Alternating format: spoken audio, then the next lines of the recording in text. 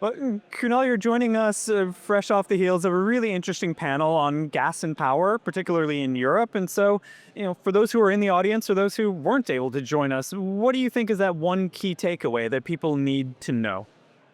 The key takeaway that I would like people to sort of take from that panel is to understand that renewables, although they contribute to the green agenda, they also contribute to all the three vertices of the energy trilemma.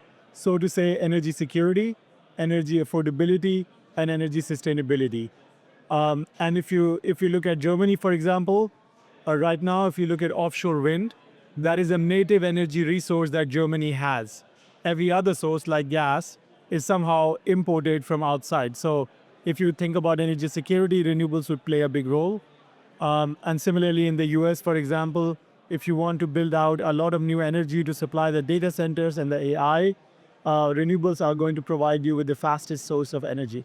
Well, I want to come back to both of those topics. And so you're saying, oftentimes it's energy security and energy transition are put as oppositional. One necessarily maybe doesn't support the other. But you're saying, particularly here in Europe, that energy security and energy transition are mutually reinforcing. Is that? That's exactly right. So what I'm trying to highlight more and more is that not all renewables are created equal. Okay. There's a merit order of renewables. And some renewables are actually quite affordable as well. So if you look at photovoltaic, for example, it's standing on its own merit because it's just competitive head to head with other sources of fossil power generation.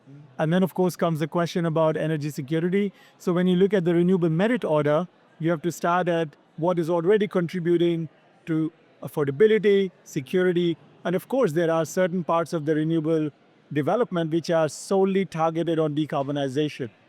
Well, and let's talk about AI. You mentioned AI and potentially what could supply. In the US, we hear a lot about natural gas supplying these AI data centers. How do you see which energy sources do you see winning that race to supply that AI demand? I think the thing to understand about AI is that it has increased the fundamental power demand in the US after a very, very long time. So there were a lot of new power generation plants being built, but this is what I call the transition power demand, which means you move from carbonized to decarbonized. Okay. But what AI has done is it has just increased the requirement of electricity in the US, but also increasingly we see in parts of Europe and probably in other parts of the world. So the answer to your question is all of the above and more.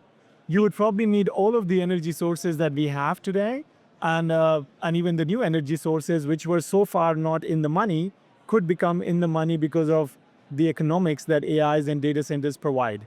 Having said that, we also have to understand that the gas plants, they are a very complex sort of project that you need to deliver. You need, of course, the gas grids, you need all the planning, you need the equipment, the rotating equipment. In one of the panels earlier today, we heard that those are something which are in short supply. And therefore, if you look at renewables, they will be giving you the fastest path to power.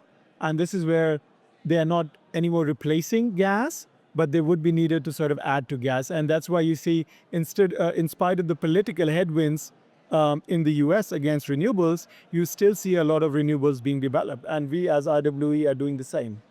And you mentioned the geopolitics, the politics, the policy, and obviously the uncertainty that many companies have there, both in the US and potentially elsewhere. But what would you say is maybe another key driver of the scope and the pace that we're going to see for renewables build out? Let me answer that question with a prologue. Okay. The energy system that we are used to today, the gas-driven, coal-driven, nuclear, is equally divided between CapEx and OpEx. So if you look at the cost of the energy system, for example, in Germany, it's roughly 50% CapEx and 50% OpEx.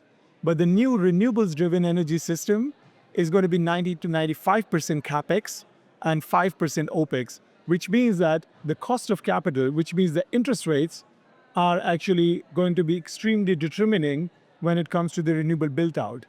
And a lot of the things that we are seeing in policy today, whether it's protectionism, whether it's tariffs, is quite inflationary. Okay. And therefore, one of the other factors which will drive, even if the renewables are required for security of supply purposes or resilience purposes or affordability purposes, the interest rates would still determine how much of these renewables are being built out. So we have to watch out for the interest rates. We have to make sure that the capex remains affordable.